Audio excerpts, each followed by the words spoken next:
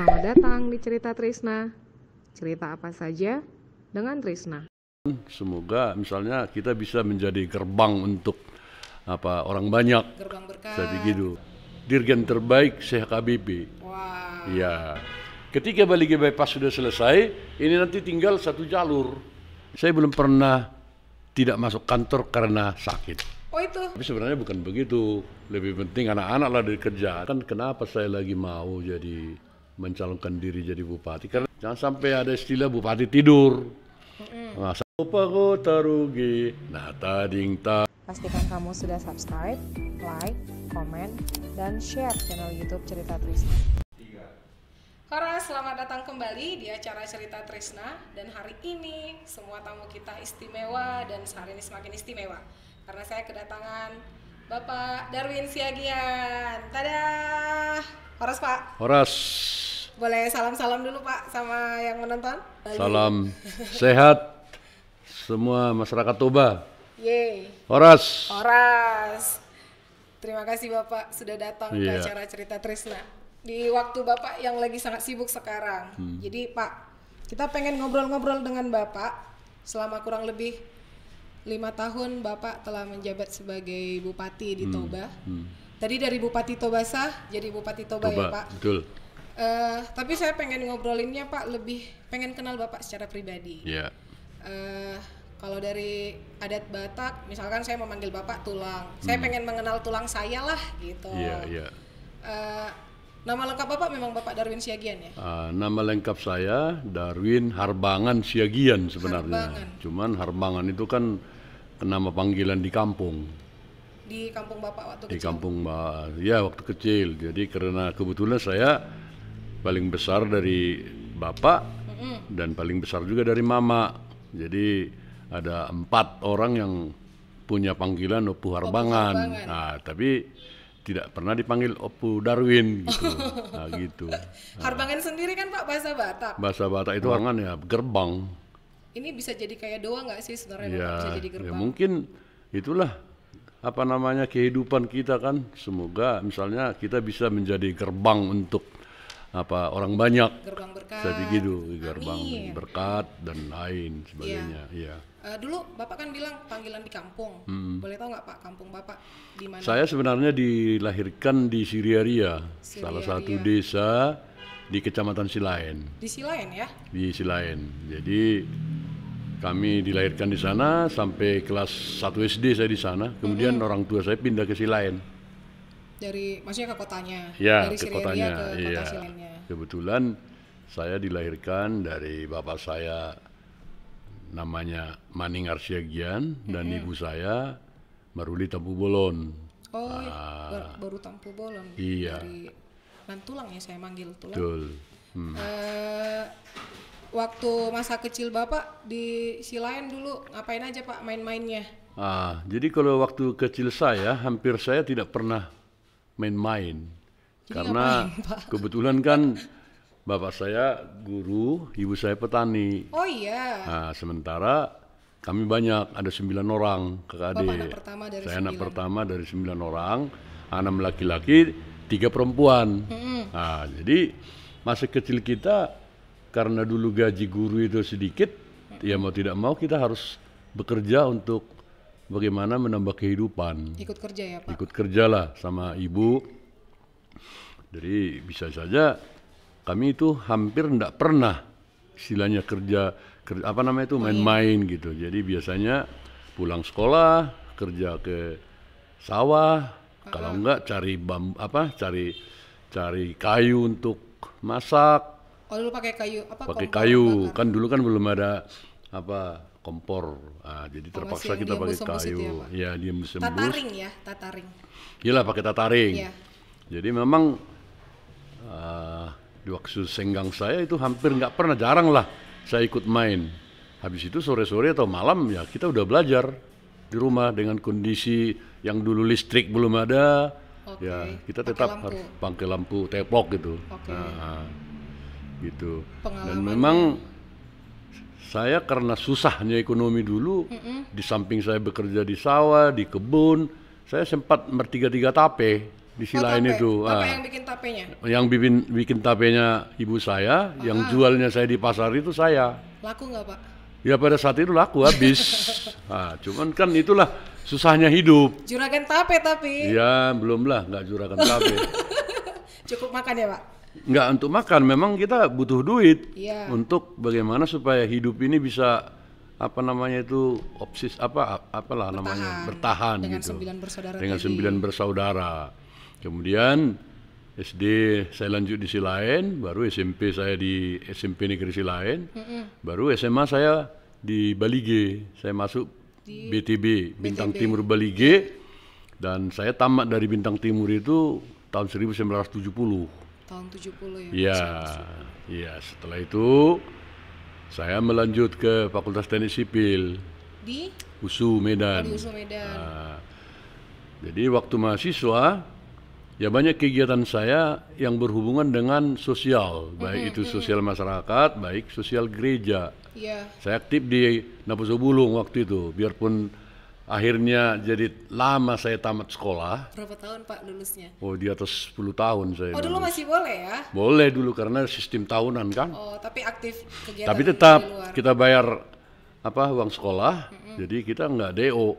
Iya, iya. Nah, jadi saya selama mahasiswa kurang lebih 10 tahun saya ngajar KOR Di gereja. di Gereja Seputi. Di Gereja Seputi, di Sudirman. Pernah juga saya sebagai Sekum NAKBP Kota Madya Medan tahun Aktif sekali 79 Bapak di pelayanannya. sampai 80. Malah waktu mudanya saya udah pernah diutus HKBP mengikuti sidang raya di Tomohon dulu tahun 80. Tomohon di Di Sulawesi Sulawesi Utara. Utara. Nah, dan saya juga mengajar KOR itu bukan hanya sekedar, memang saya cintai, dan memang tahun 77 saya pernah dirjen terbaik CHKBP. Wah. Iya. Jadi kalau di Pesparani tingkat Sumatera Utara saya sering juara 1 dan sering dirjen terbaik dulu. Tapi kan tadi saya penasaran nih Pak, dari kecil kan Bapak sebenarnya udah aktif kerja, tapi yang menarik itu tadi gitu lulus SMA Bapak langsung kuliah juga, itu kan nggak ada jeda kan Pak, langsung? Langsung. Yang memotivasi Bapak buat kuliah apa? Jadi memang orang tua saya, jadi orang tua saya itu bekerja keras, tapi maunya kita harus semuanya sekolah. Nah, jadi dari 9 bersaudara, itu hanya 2 yang tidak selesai sekolahnya. 7 itu selesai semua, dari USU, ada dari Nomensen, ada juga dari Lambung Mangkurat, dan lain-lain itu. Sarjana semua ya Pak? Sarjana semua kecuali 2 anak perempuan. Tapi itu pun dua-duanya itu pernah mengecap perguruan tinggi, satu di Nomensen sama di Pontianak. Cuman 2 cewek ini nggak selesai. Nggak diselesaikan. Iya. Makanya mengerti pendidikan itu penting banget. Penting. Ya. Berarti kan itu dari orang tua Bapak semuanya ditekankan banget Ya, pentingnya benar. pendidikan. Dan semangat sekali. Karena kebetulan kan guru. Jadi memang untuk pendidikan itulah untuk meningkatkan kehidupan ini salah satunya. Itulah mungkin prinsip ayah saya dulu. Ya itu luar biasa soalnya gitu Anak ya. koki doa meraun dia lah. Iya. Nah, ininya waktu Bapak lagi kerja ke sawah dulu, itu termasuk gak Pak Marmahan Horbo yang kayak gitu? Termasuk juga, tapi sebenarnya kalau Marmahan Horbo itu saya di tempatnya opung saya, di daerah Porsea sana, opung dari mama. Nah, disitulah saya belajar suling. Oh, makanya Bapak suka main seruling ini iya. ya?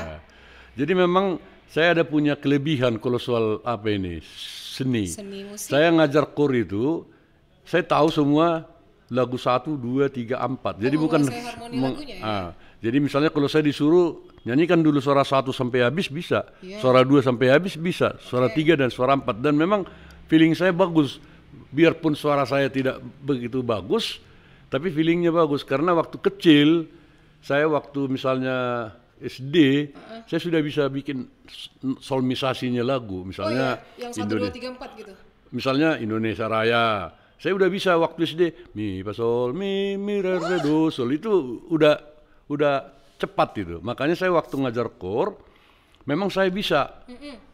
Jadi kayak lagu-lagu The Great Hallelujah itu hafal saya lagu 1, 2, 3, 4 dan semua lagu-lagu klasik-klasik itu saya hafal. Itu Bapak dulu bisa tahu lagunya setelah Bapak kuliah atau memang? Ya setelah di aktif di gereja. Di gereja. Nah, tapi saya misalnya kori itu nggak sekedar itu enggak. Memang saya tahu semua lagu itu. Memang menguasai. Menguasai. Kan harmonisasi tuh Pak. Ya, dan betul. Bapak bahkan pernah menang jadi Juara dirijen terbaik. Iya. Berarti kan bisa dibilang sebenarnya jadi dirijen kan nggak gampang Pak. Betul. Berarti bisa dibilang harusnya Bapak pemimpin yang luar biasa dong, bisa Harusnya. mengharmonisasi. Iya, jadi harmonisasi. Bagaimana mengharmonisasikan suara 1, 2, 3, 4 sehingga terciptalah suatu paduan suara yang hebat.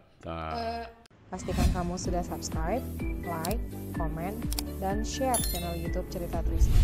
Sebelum saya lulus, saya udah disuruh nikah sama bapak karena ada mungkin prinsipnya kalau udah nikah pasti dia serius menyelesaikan. Akhirnya saya nikah tahun 82. Belum lulus nih? Belum lulus ini ceritanya ini. Nah, setelah lulus baru saya mikir, ini saya terlambat. Karena saya sekolahnya di atas 10 tahun lebih. Sementara teman-teman saya yang tamat-tamat 6 tahun, 7 tahun udah kerja di PU waktu itu. Oh iya. Akhirnya saya berpikir, saya nggak akan mau kerja di Sumatera Utara karena saya nanti akan terlambat.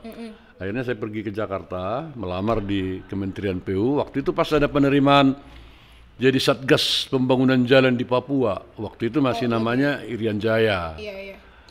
Jadi saya melamar, lulus tes, akhirnya kita diberangkatkan ke Papua. Tahun 84 atau kurang lebih 85 lah. Tahun 85 lah Bapak mulai di Ya, Papua. waktu itu pertama saya ditempatkan di Jayapura. Itu menyelesaikan jalan dari Jayapura ke Wamena. Setelah itu lanjut ke Merauke, ke Digul. Di Digul itu saya 6 tahun. Digul itu tempat pembuangannya Bung Karno dulu. Itu sangat jauh dari Merauke, dia 425 kilo. Berarti itu kayak masih terpencil sekali. Masih terpencil sekali. Jadi dulu belum ada harus pakai pesawat Twin Otter dulu ke sana. Jadi disitulah kami membangun jalan dari Tanah Merah menuju Merauke.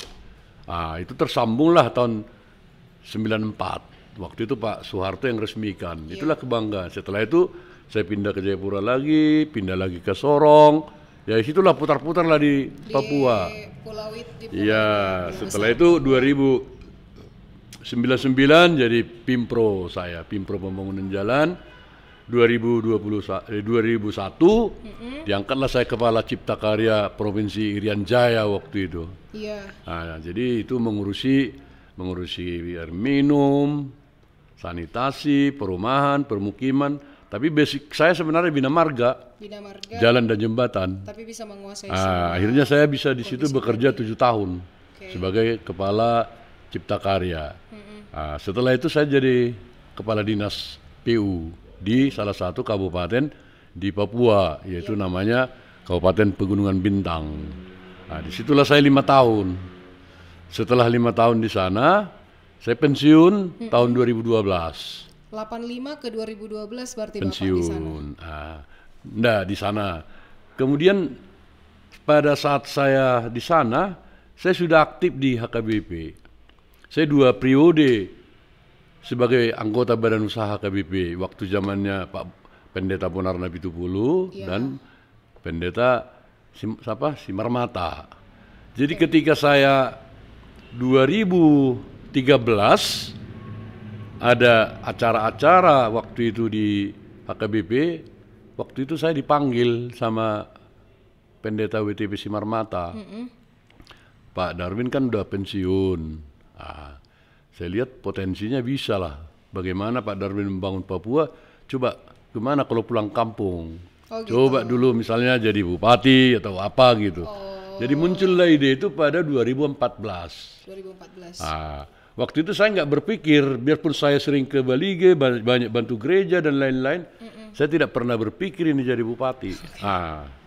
Setelah ada kemudian dari teman-teman Papua, setelah pensiun, karena kita juga punya komunitas di sana, ada kerukunan masyarakat Batak, ya gimana kalau Pak Darwin kita dorong untuk jadi bupati di Toba. Mulailah kita sosialisasi 2014. 2014 untuk pemilihan 2015 waktu itu. Jadi pemilihannya waktu itu 2015 bulan Desember tanggal 9 persis sama dengan tahun ini.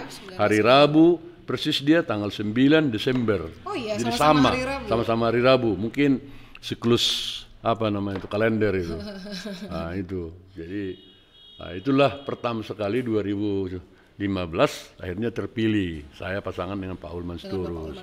Nah, jadi itulah kurang lebih selama 5 tahun kita Bapak di sini Toba selama sampai 2020 ini ya. Jadi memang sesuai dengan visi misi kita, bahwa visi misi kita itu kan waktu itu Toba hebat, Tobasa hebat. Ya. Nah, yang hebat. Jadi tetap kita prioritas kita adalah infrastruktur, pendidikan, kesehatan, sama pertanian dan pemberdayaan. Ya. Nah, itu kita lanjutkan. Tapi kan sampai dengan sekarang itu kan belum semua. Belum selesai. Ada program unggulan kita yang pertama di bidang energi. Kita waktu itu udah menetapkan Toba Terang 2020. Terang 2020. Tobasa Terang waktu itu. Karena waktu kami jadi bupati masih ada 72 atau 68 dusun yang belum ada listrik di Toba ini. Maksudnya membuat aliran listrik seluruh masyarakat Toba. Tapi ternyata sampai dengan sekarang masih ada 3 lagi yang belum. 72 jadi 3 lagi yang belum. Mudah-mudahan kalau enggak karena COVID sebenarnya Toba Terang itu udah tercipta tahun ini. Tapi karena ada COVID, ada 3 desa yang tidak bisa kita selesaikan tahun ini karena persoalan jalan. Akhirnya mungkin ya mudah-mudahan 2021 bisa selesai. Iya, termasuk di COVID ini ya, Pak. Ya, termasuk ada 3 sebenarnya program unggulan kita di luar Toba Terang itu, yaitu yang pertama mengenai Balige Bypass. Oh iya. Balige Bypass itu kan sebenarnya udah dimulai tahun 2006 oleh Pak Monang, tapi nggak berkelanjutan. Iya. Nah, setelah saya jadi bupati, karena kebetulan kan teman-teman saya banyak orang PU. Nah, kenapa saya terpikir untuk Balige Bypass? Karena saya lihat Balige ini sudah sumpak. Saya pernah pengalaman waktu Natal tahun berapa itu, tahun 2016 kalau nggak salah. Bisa saya dari Balige sampai ke Silimbat itu 4 jam pada posisi Desember. Akhirnya saya terpikir ya udah saya ngobrol-ngobrol waktu itu dengan Pak Presiden waktu pas ada kunjungan di Toba, ada pertemuan di Hotel Niagara. Iya. Nah, itu salah satu yang saya minta ke Pak Presiden. Karena jalanan di Balige sudah tidak sanggup lagi menampung. Setelah itu barulah diadakan kesepakatan antara pemerintah Toba, DPRD Toba sama Balai Besar Pembangunan Jalan Nasional. Jadi ada kesepakatan bahwa ganti rugi tanah dari kita, desain dan fisiknya dari pemerintah pusat. Ya, inilah sekarang yang dikerjakan. Mudah-mudahan tahun ini selesai. Dari mulai 2017, 18, 19, 20. Tapi kalaupun tidak tuntas tahun ini, paling tidak tahun depan tinggal sedikit lagi. Kurang lebih 4 tahun terakhir ini, Pak. Ya, mulai 2017 lah, 17, 18, 19, 20, 4 tahun anggaran. Ini kan hanya tinggal ada beberapa jembatan yang belum. Nah, setelah itu kalau Balige Bypass sudah selesai, baru Balige kita tata. Sekarang Balige itu kan sekarang kota. Iya. Jadi kota itu sekarang lagi kita tata, mau dibangun trotoar di situ, kiri dan kanan. Dari mulai jembatan Juara Monang sampai dengan jembatan Suposurung. Lagi perbaikan sekarang. Lagi perbaikan sekarang. Cuman di pasar ini akan ada pekerjaan besar di sini. Gimana tuh, Pak? Jadi ini sebenarnya terjadi ketika Pak Jokowi pernah sama-sama kami minum kopi di Bartukoan. Iya. Ya waktu itu saya bisikin sama Pak Jokowi, Pak Presiden, kalau ada waktu besok kita meninjau pasar. Apa mau dilihat di situ? Itu pasar punya sejarah.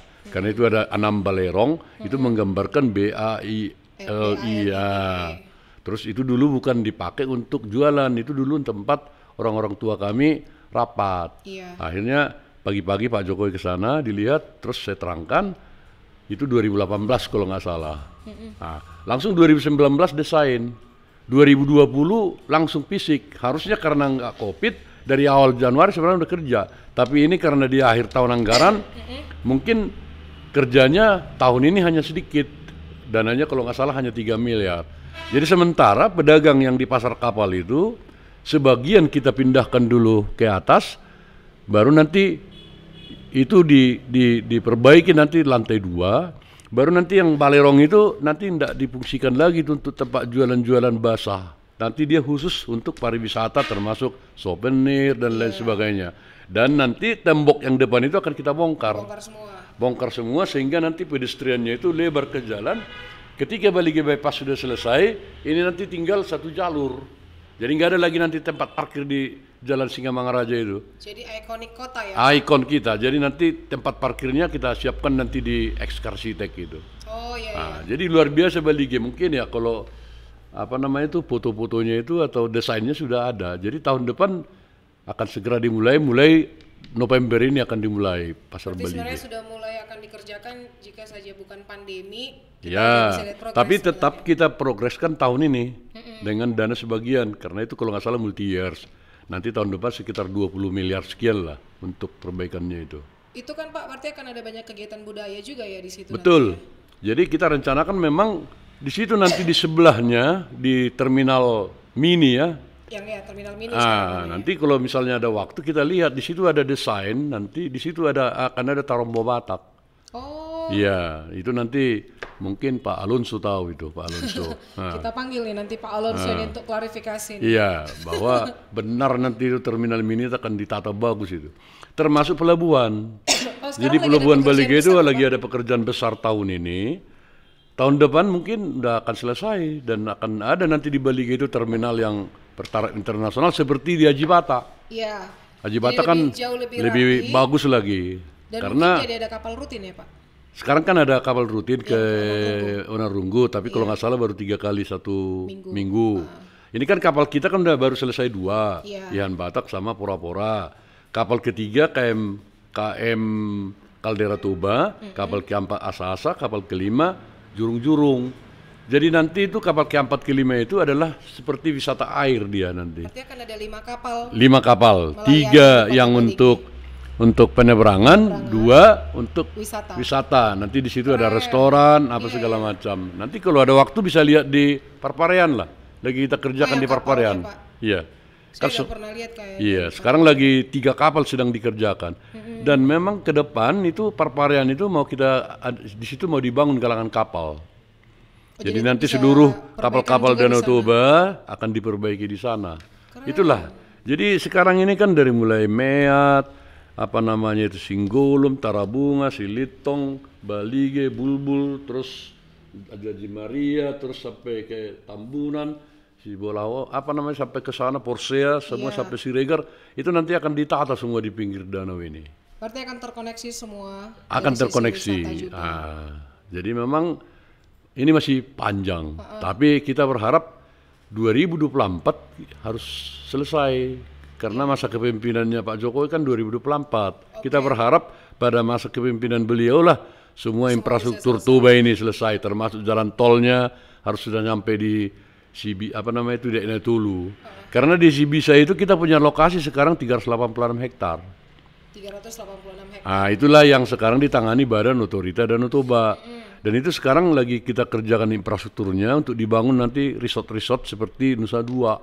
Biar lebih, mungkin itu lebih resort dia khusus ya Pak wisatanya. Iya betul. Jadi di sampingnya kita sedang bangun bandara Sibisa. Bandara Sibisa itu sekarang sudah 1.630. Mudah-mudahan tahun depan jadi 2.000. Jadi nanti kalau dia sudah 2.000, orang-orang turis datang ke Sibisa nanti pesawatnya parkir di situ. Jadi mudah-mudahan semua berjalan. Ini Itulah. kan pekerjaan besar sekali nih Pak, infrastruktur ini. Itu semuanya dari pusat ya? Benar. Tapi biarpun dari pusat, APBD kita berperan, termasuk jalan dari Natulu ke Sibisa itu kita yang bebaskan 25 meter, pakai uang Pemda. Dari Cuman ada kadang-kadang yang uang kita tidak tersedia, akhirnya kita minta tolong ke Menteri Perhubungan supaya mereka juga yang siapkan ganti rugi tanah, termasuk nanti pembebasan bandara Sibisa. Oh, tapi itu kan bisa minta tolong kayak gitu Pak, berarti hubungannya sangat baik dengan pemerintah pusat. Karena memang kebetulan kan memang lagi perhatian ke sini. Jadi kita ya harus jemput bola. Dan memang itu Menteri Menteri Perhubungan ya selalu ingatkan kita. Mau beliau langsung telepon itu kadang-kadang. Gimana itu masalah ganti rugi, masalah ini. itu. Harus jemput bola lah dari pihak Kementerian. dari pihak Bapak ke pihak Kementerian agar semuanya bisa terlaksana. Betul. Karena Jadi kalau tadi dari cerita Bapak kan progres itu 2018 misalkan minta untuk diperbaikin Balerong. ya 2019 sudah langsung ada desain. 2020 harusnya mulai. Sudah mulai. Tapi karena COVID nggak bisa selesai 2020, kemungkinan kita harapkan 2021. Termasuk Tambunan. Tambunan Lubapea itu dulu kan udah diprogramkan 2006 oleh Pak Monang itu untuk kawasan terpadu. Oke. Tapi itu sekarang kita udah bikin master plan-nya itu, nanti di situ ada rest area. Rest area baru balai POM di situ, nanti kantor pariwisata, sosial, dan sekarang lagi kita bangun di situ STM pariwisata. Oh, akan ada sekolah kejuruan. Sudah sedang dibangun. Oh, sudah. Tapi tahun ini baru 3 kelas. Mudah-mudahan nanti kita bangun dia 3 kelas, tahun depan udah bisa menerima murid baru untuk 3 kelas. 2021 perkiraan sudah mulai ada masuk siswa baru. Jadi inilah pariwisataan. kita harapkan nanti siswa-siswa dari sini 3 tahun setelah itu akan selesai resort-resort yang di Sibisa, ya orang-orang inilah yang sekarang ke sini. Dan sekarang juga kita siapkan juga, ini sampai dengan sekarang kita sudah mengirim orang di Jerman 42 orang, anak-anak Toba. Pelatihan sambil kerja, sambil kuliah. Jadi itu kita kursuskan di sini 6 bulan bahasa Jerman. Setelah itu DES. Itu 42 orang ya Pak? Sampai dengan sekarang 42. Tahun ini sebenarnya ada jatah kita 30. Oh, tiap tahun ini? Iya, ini kan ini kan udah 2 tahun di sana. Jadi karena itu berhenti, ya mudah-mudahan tahun depan lanjut lagi. Jadi mereka itu di sana programnya kerja sambil kuliah. Tapi kan ini dibiayai oleh mereka. Kabupaten. Oh, bukan mereka. Jadi kita dari biaya kabupaten itu hanya kursus. Merekomendasikan mereka untuk setelah itu dia ujian. Setelah lulus dia dari Jerman, kita nggak tanggung lagi, mereka yang udah nanggung itu, misalnya transportnya semua sampai uang makannya semua di sana sudah. Jadi langsung sebelum berangkat mereka udah bikin kontrak dengan perusahaan-perusahaan yang Jerman. Jadi nggak ada yang terlantar mereka. Mereka di Jerman. Jadi itulah persiapan kita, termasuk SDM yang lain itu. Termasuk masalah sekolah unggulan di sini. Ada sekolah Yasop, ada Del. Del itu dulu di awal-awal hampir nggak ada anak Toba masuk ke situ. Karena grade-nya kan tinggi. Kemampuan anak-anak di sini belum sanggup melawan anak dari luar. Akhirnya masuklah ke situ anak-anak Batak yang bukan dari Toba. Pada suatu ketika saya pernah dipanggil sama Pak LBP. Saya bikin sekolah itu kan untuk Toba. Kenapa nggak ada anak Toba yang masuk? Saya candain, bisa nggak diturunkan grade-nya supaya anak Toba masuk? Pak Luhut gak setuju. Kalau gitu, ya udah bikin sekolah unggulan di SMP. Akhirnya kan setelah kita bikin kelas-kelas unggulan di SMP, sekarang udah bisa. Jadi setiap tahun udah bisa kita rata-rata masukkan 20 orang ke anak Toba yang masuk ke Yasop dan ke Del. Ini mungkin tahun ini berhenti karena COVID. Tapi tahun depan tetap kita teruskan. Kelas unggulan, kelas khusus. Jadi kita lihat ada SMP berapa, kita bangun di situ misalnya sekolah bukan dibangun. Kelas unggulan supaya mereka itu bisa tes masuk di unggulan ataupun Del. Sebenarnya kan anak-anak Toba ini kalau matematikanya rata-rata tinggi. Jago-jago Pak. Tapi kan ketika tes di SMA itu kan bukan hanya matematika, kemampuan bahasa Inggris dan lain-lain. Inilah yang kita kursuskan. Dan sekarang juga sedang berlangsung sekarang pendidikan kursus matematika dan fisika bagi guru-guru SMP. Ada pelatihan Bu? Ada lewat sistem daring yang dilatih oleh Profesor Johannes Surya. Langsung Pak Yohanes? Langsung Profesor Johannes Surya yang lagi ngajarin. Mudah-mudahan programnya belum selesai itu. Jadi karena libur, mereka kita siapkan sehingga nanti tahun depan selesai COVID, ya mudah-mudahan pengetahuan mereka mengenai fisika dan matematika itu tambah. Ini kan yang Bapak ceritakan dari tadi nih Pak, itu banyak banget ya, besar sekali, mulai dari hal paling kecil sampai hal paling besar dan impian besar gitu Pak. Bapak kondisi kesehatannya gimana nih? Saya ini kan sebenarnya kalau dibilang masalah kesehatan, ya saya masih prima karena saya dari muda olahraga. Rajin olahraga. Jadi olahraga itu menurut saya itu investasi ya. Iya. Saya dari umur 30-an, dari umur 30-an saya sudah olahraga. Olahraga saya dulu tenis, bulu tangkis, sempat belajar golf sebentar. Nah, tapi setelah umur 60, Pak dokter bilang tidak usah lagi olahraga itu, akhirnya saya jalan. Saya bisa rutin ini jalan. Sebelum cuti saya minimal 2-3 kali 1 minggu. Oh iya. Tapi setelah cuti ini mungkin ya paling kalau pas ada ke Medan lah. Jadi saya satu hari itu bisa jalan sampai 6 kilo, 7 kilo. Kalau selama Bapak aktivitas selama ini di kawasan Ya, saya selalu di rumah dinas. Itu kan satu putaran itu 800 meter. Kadang-kadang saya misalnya 5 kali, 7 kali. Cuman kan kalau di kita ini apa namanya itu biar pencapek kan enggak keringat dia. Iya, karena tapi lembab ya, Pak. Jadi itulah yang membuat saya. Jadi sepanjang hidup saya selama saya PNS dan bupati kurang lebih 5 tahun, saya belum pernah tidak masuk kantor karena sakit. Oh itu? Nggak pernah. Belum pernah saya cuti sakit. Bapak, terjaga sekali. Iya. Dan memang kalau menurut saya kesehatan itu kan terjadi karena pikiran. Berarti Bapak tenang ya? Saya bukan tenang, saya memang kerja itu berdasarkan hati. Jadi bukan hanya mengendalikan ini nih. Nah, maksud saya tadi tenang itu kalau seandainya ada kendala pun Bapak tidak berusaha, tidak panik. Gitu. Ya, dan saya bisa cepat mengendalikan diri. Pastikan kamu sudah subscribe, like, komen, dan share channel YouTube Cerita Trisna. Saya ada komitmen dengan Ibu bahwa tidak boleh membicarakan persoalan di kamar. Persoalan dibicarakan setelah bangun pagi. Siap. Dan saya memang itu prinsip saya. Begitu saya masuk tempat tidur, saya cut persoalan, tinggal tidur sehingga istirahatnya enak. Karena persoalan itu kan nggak pernah habis. Tenang ya Bang. Memang Bapak bisa mengendalikan diri. Bisa. Jadi saya bisa tidur cepat. Saya melihat titik noda di kamar itu mungkin 5 menit, 10 menit saya udah tidur. Saya pengen seperti itu Pak. Iya. Itu belajar. Gitu, jadi kalau Bapak bangun paginya jam berapa Pak? Saya bangun pagi biasanya bisa bangun jam 6. Jam 6 pagi.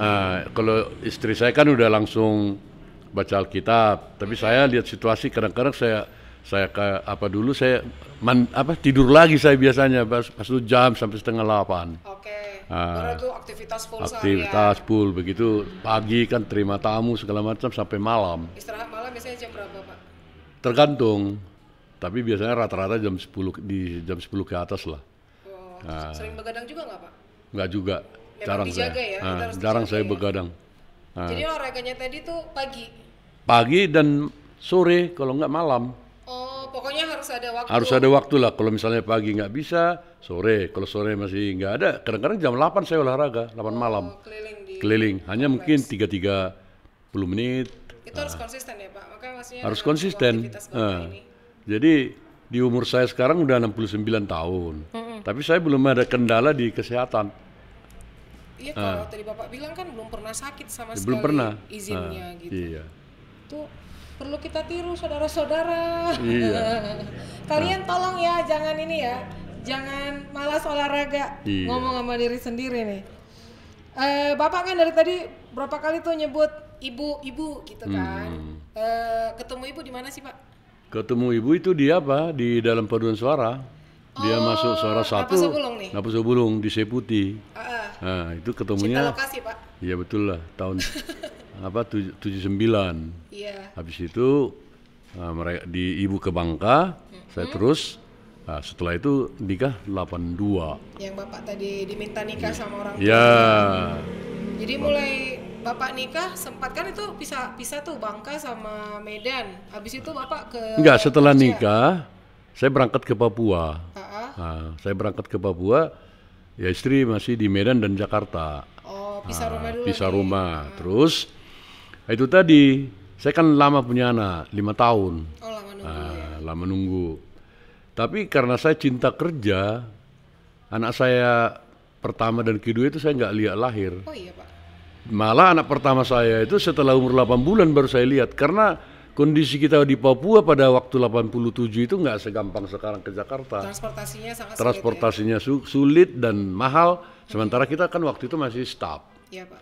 Karena setiap ke Jakarta kan harus puluhan juta. Akhirnya ya istri saya ya harus rela dia melahirkan tanpa kulihat. Yang saya lihat hanya anak kedua yang perempuan, itu yang sekarang berada di Jerman. Nah, jadi yang dia di Jerman, suaminya dulu dari ITB, ambil S2-nya di Universitas Heriot Watt, sama dapat S2-nya dapat, S3, terus IET juga. Anak saya perempuan sambil setelah suaminya selesai S3, ya dia ngambil S2.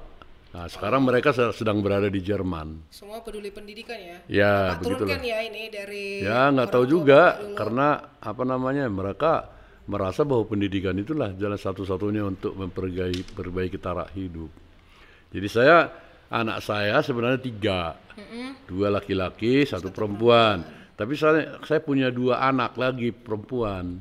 Mangain ya Pak? Mangain lah, kalau bahasa Batak itu dapur pudiro. Nah, jadi 2, yang 1 orang Jawa. Dulu waktu saya di Merauke, ada keharusan dulu kalau golongan 3 harus wajib mengambil salah satu anaknya transmigrasi untuk dibikin di biaya sekolah. Iya, Pak. Nah, jadi akhirnya ketemulah itu, ikutlah saya dari mulai kalau nggak salah 90-an lah, 90 sampai dia sekolah tamat, S2 kerja, ya nikah dia sama orang Palembang. Iya. Sekarang mereka di Sorong, anaknya 3, 1 laki-laki, 2 cewek. Itulah yang 1. Iya. Nah, yang 1 lagi temannya Yeti nih, Yeti dulu waktu SMP di Jayapura ada orang Papua keturunan Cina. Iya, Pak. Nah, jadi pacaran ini sama orang Batak, mereka Sitorus. Nah, terus ketika mau dilamar dia bilang, aku mau kawin sama kamu tapi bapakku harus Pak Darwin. Akhirnya kita ain lah ini lagi.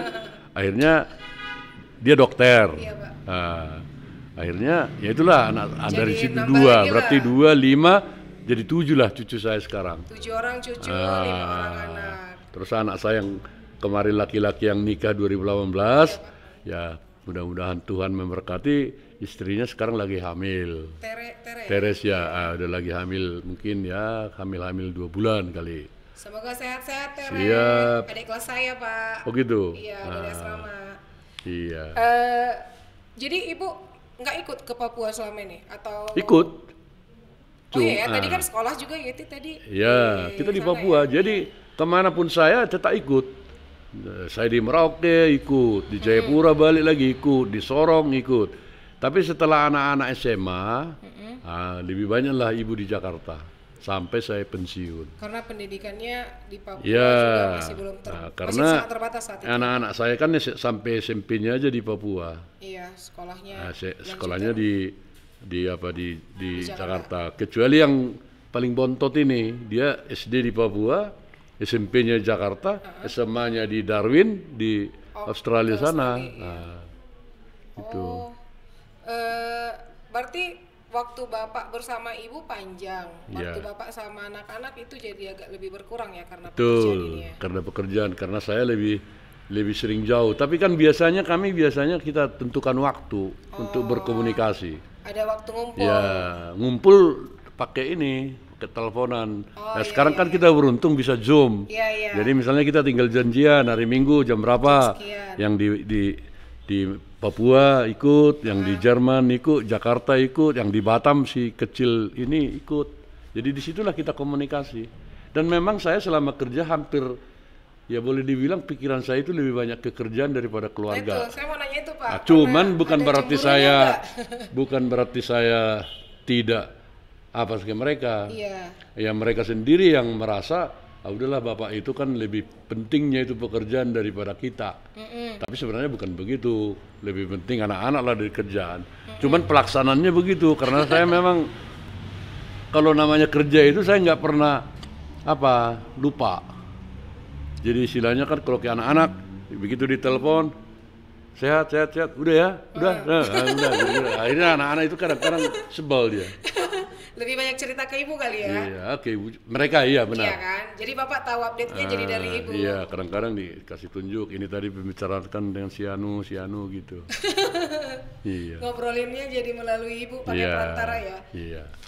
Pastikan kamu sudah subscribe, like, komen, dan share channel YouTube Cerita Trisna. Program kerja Bapak banyak terhambat karena pandemi. Semua merasakan, seluruh dunia merasakan. Khusus untuk Toba, penanganan dari pemerintahan Bapak, kira-kira menurut Bapak gimana tuh? Jadi penanganan kita sebenarnya sebelum saya cuti udah cukup banyak. Saya kan sebagai ketua Satgas. Iya. Jadi perkembangan COVID itu waktu itu masih bisa kita tekan. Tetapi samping itu kan banyak bantuan yang datangnya dari pusat. Ada bantuan sosial tunai, ada bantuan langsung tunai, ada PKH, ada Rastra, ada lagi bantuan UMKM, ada bantuan dari macam-macam. Jadi ini kita kerjakan. Begitu datang dari Jakarta, bikin ini katanya kita push anak buah semua, kejar.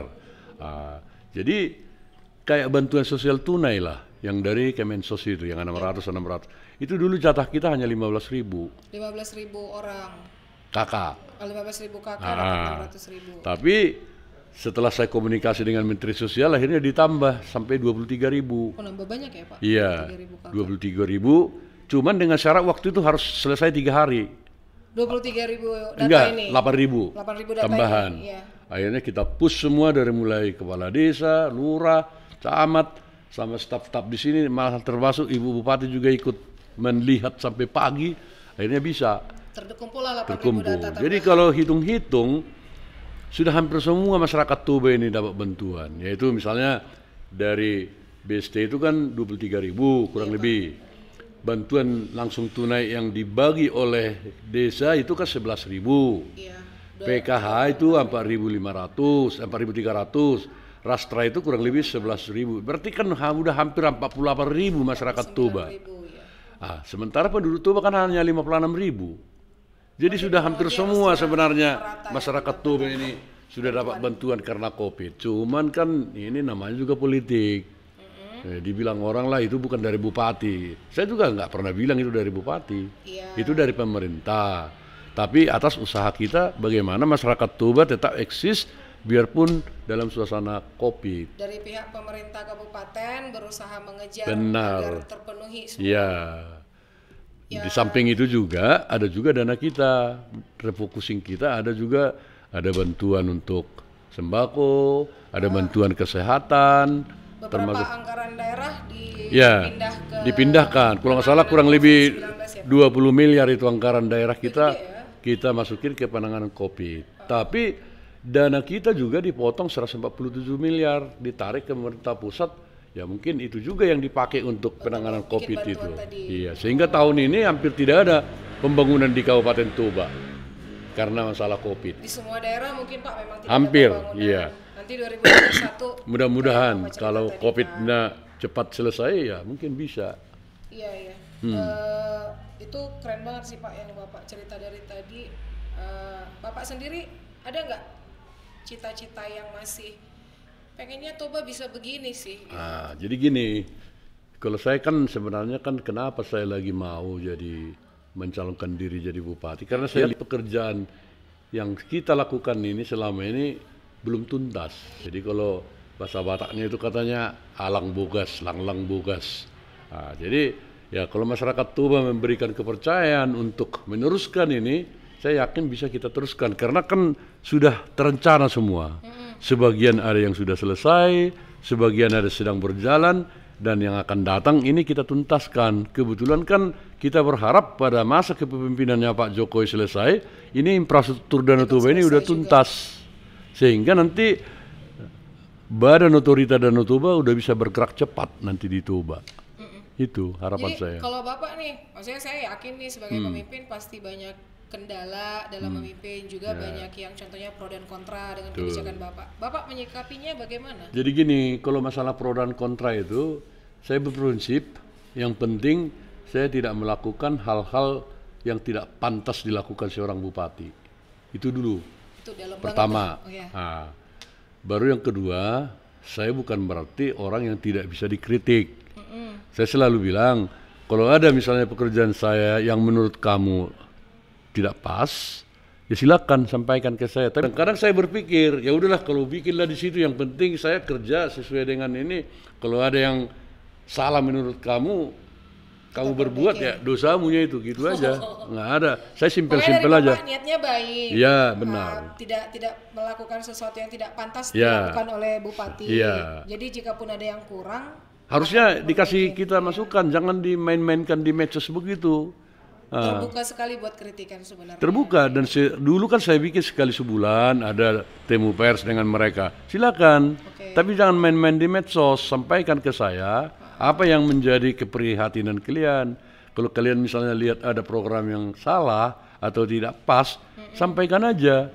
Saya mau kok memperbaiki itu. Kebetulan memang nggak pernah mereka memberitakan apa yang baik yang kita lakukan, sehingga seolah-olah yang di medsos itulah kebenaran. Padahal nggak begitu. Tapi berarti saya sudah bisa melihat nih Bapak sebenarnya sudah mulai adaptasi kan, karena saya perhatikan kan sekarang Bapak sudah mengizinkan ada akun medsos ya. Yang Bapak bina, tapi mungkin ada adminnya juga. Tapi Bapak tahu perkembangannya. Itu sekarang, salah satu cara untuk bisa berkomunikasi langsung kan ya Pak? Iya, tapi kadang-kadang kan kalau saya lihat dia terlalu ekstrim, saya nggak tanggapi. Tapi sepanjang misalnya kita kasih misalnya bahwa ini yang sebenarnya begini, saya sudah bikin. Ya, itu udah menunjukkan Bapak lebih terbuka ke masyarakat juga kan sebenarnya. Iya. Ya mungkin itulah kelemahan saya. Kan dibuat-buat. Saya dulu waktu pertama ada handphone, saya tidak bisa memasukin nomor kontak ya. Tapi saya hafal. Iya. Justru saya hafal semua. Iya Pak. Tapi memang ya saya akui bahwa saya misalnya kan kalau dibilang orang yang tertutup, ya sebenarnya enggak saya. Malah saya lebih terbuka. Yang penting siapapun saya layani. Cuman ya itulah, disitulah mungkin kan manusia ini kan mana ada yang sempurna. Sama aja Pak, kayak orang tua saya juga susah juga kok pakai sosial media pelan-pelan gitu. Terkadang kita sebagai anak juga kayak merasa gimana sih Bapak nggak ngerti-ngerti gitu. Nah mungkin kan memang di generasi Bapak masih baru mau mulai pakai lagi. Hanya yang hebatnya menurut saya dari Bapak itu karena sudah terbuka nih, mau menerima sosial medianya lagi. Iya benar. Tapi itu pun dibantu staf-staf juga. Ya, itu wajar sekali Pak, dibantu dengan staf, tapi kan Bapak yang pantau jadinya. Orang jadi bisa lebih, masyarakat jadi lebih bisa berkomunikasi dengan Bapak. Ya mudah-mudahan lah masyarakat kita ini ke depan, yang pasti kita nggak pernah berbuat yang tidak pantas di Toba ini. Malah itu kita malah kita memang sudah menyerahkan pikiran kita dan hati kita untuk bagaimana membangun Toba ini ke arah yang lebih baik. Tapi kan sebenarnya kan masyarakat ini kan harus sadar dengan kondisi kita sekarang kan sudah naik gitu. Saya lihat ekonomi sebenarnya ada naik. Karena kemiskinan kita menurun. Kita hanya 8,24% kalau nggak salah. Ini grafik kemiskinan kita di Toba. Itu kan kita terendah di 4 kabupaten di Tapanuli Raya. Oh iya Pak. Selamat Bapak. Iya, dan IPM kita, indeks pembangunan manusia kita nomor 2 setelah Deli Serdang. Untuk Sumatera Utara. Iya. Kita kan IPM kita 75,58. 75,58. Cuman ada masalah di Toba bahwa angka harapan hidup di Toba rendah. Hanya 69,59. Sementara angka harapan hidup nasional kan 71,2. Jadi rendah. Tapi ini kebetulan saya lihat di statistik itu, kebetulan ini bapak-bapak banyak yang meninggal di bawah 70 tahun. Laki-laki ya? Laki-laki. Iya. Cuman nggak tahu kita apakah ini karena pola hidup yang tidak teratur atau ada mungkin yang lain-lain sehingga lebih banyak ibu-ibu yang hidupnya itu lebih bisa sampai 80, 90 dan lain sebagainya. Berarti Pak mungkin bisa jadi nih Pak, sebenarnya kan dari faktor kesehatan Bapak kan udah menunjukkan stamina nih kan, dan tadi ada cerita tentang aktivitas Bapak. Mungkin bisa juga diajak Pak teman-teman Bapak untuk aktivitas atau masyarakat dikasih program kayak kesehatan kayak gitu. Ya memang saya kan selalu bilang, saya SKPD saya juga saya tantang itu jalan kaki. Jadi gitu? Saya harapkan juga masyarakat ya perlu olahraga itu. Olahraga itu adalah investasi kehidupan. Jadi biarpun itu sulit ya harus kita lakukan. Di pagi-pagi kan untuk mulai start olahraga itu kan berat. Melawan rasa malas. Ya, tapi ketika kita mulai satu putaran atau 1 kilo, kilo kedua, ketiga sudah enak aja itu. Nah, sehingga ya saya tes kesehatan kemarin waktu sebelum mendaftar, ya luar biasa. Gula saya cuma 102. Apa namanya itu, kolesterol saya kalau nggak salah 127 atau berapa, dan lain semua fungsi ginjal, fungsi hati, apa namanya itu semua masih oke. Hanya asam urat sedikit naik. Ya dengan usia bapak sekarang udah sangat sedang itu. Kalau dokter bilang seharusnya kalau kondisi bapak bisa begini minimal bapak bisa bertahan sampai 80. Amin. Kalau begini terus 12 tahun ke depan. Tapi kita kan nggak tahu. Nah. Kepikiran aja nih Pak, ide liar, mungkin sekali-sekali Bapak jalan pagi atau jalan sorenya agak keluar gitu dari kompleks. Boleh. Biar kelihatan sama masyarakat kan. Lama-lama bisa jadi ada gerakan. Kepikiran aja. Bisa. Nanti ini kan karena kita selama kampanye ini kan bisa tidur jam 1, jam 2. Oh ya, lebih repot ya Pak? Lebih repot. Nah, karena memang gini, kita kan mau tunjukkan kepada masyarakat. Kalau saya kan kita tetap melakukan sosialisasi terus. Biarpun misalnya mereka udah kenal dari segi popularitas kita kan sudah maksimum, sudah 98%. Tapi kami juga mau supaya masyarakat itu tahu sebenarnya apa yang kami kerjakan selama 4 tahun ini akan melakukan lagi. Jangan sampai ada istilah bupati tidur. Nah, saya heran juga itu kok bisa bupati tidur katanya. Mungkin dia tidur terlalu lama. Ketika saya tidur dia tidur. Ketika saya bangun udah kerja dia masih tidur. Jadi bukan bupatinya yang tidur. Ya itu tadi, ketika saya tidur dia tidur. Ketika saya udah beraktivitas dia masih tidur. Jadi dia kira bahwa saya itu masih tidur. Padahal dia yang tidur, saya udah kerja. Ini menarik ini. Itu loh. Karena aktivitas Bapak penuh banget kan? Iya makanya. Jadi ketika saya tidur dia tidur. Ketika saya sudah beraktivitas, dia masih tidur.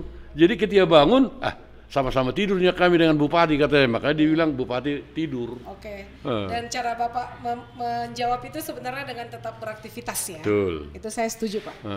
Oke Pak, kita kembali nih ke Bapak secara personal.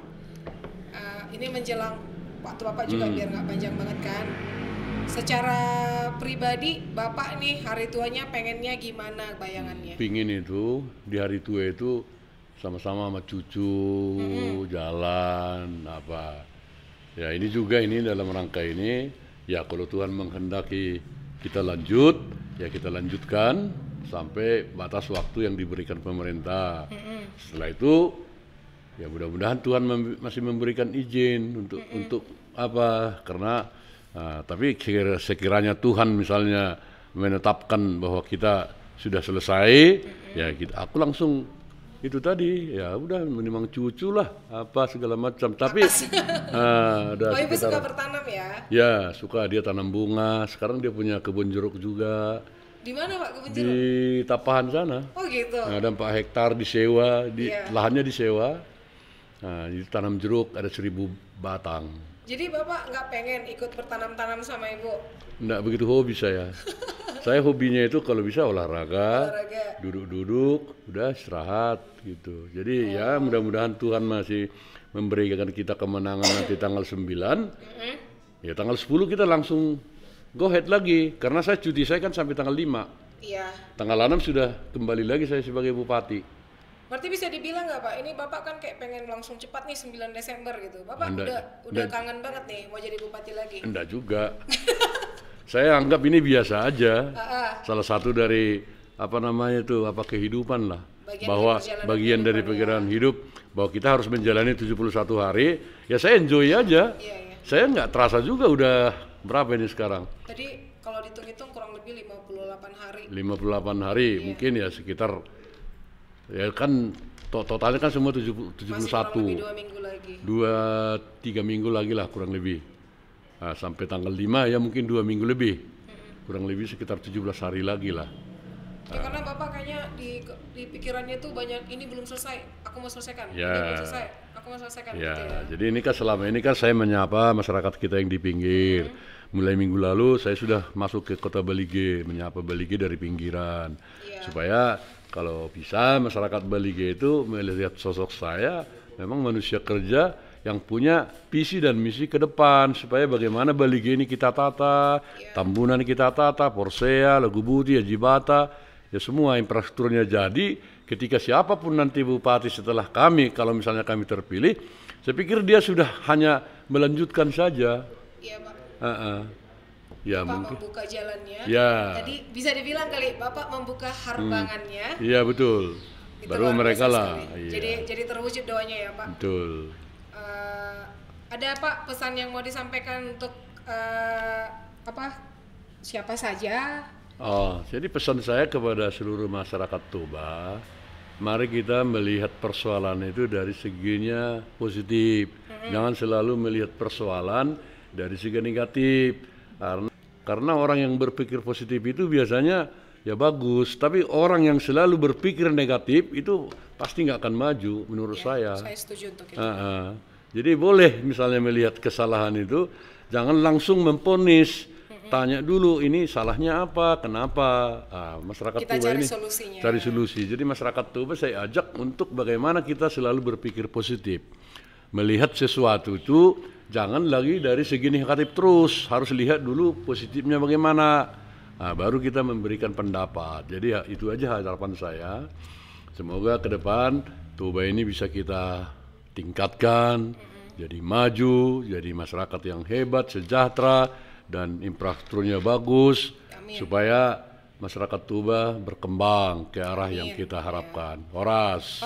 Ada upasa Pak? Itu aja lah. Untuk menutup. Pauk hudali pago tarugi na tading taulahi na hurang tapauli. Itu aja. Yeay. Terima kasih banyak Bapak. Ya, Horas selalu dan terbaik untuk tanggal 9 Desember ya. Oke, Horas. Terima kasih. Horas. Terima kasih semuanya. Jadi makanya yang pakai nama saya itu 5. Saya. Oh iya, opung 4. 7 lah. Orang tua ya Pak? Saya, Mama, Bapak, opung dari Bapak, 2, opung dari Mama, 2 kan 7. Yang pakai nama harba. Terima kasih sudah mendengarkan cerita Trisna. Pastikan kamu sudah subscribe, like, komen, dan share channel YouTube Cerita Trisna. Nantikan cerita Trisna terbaru dengan narasumber keren berikutnya ya. Horas.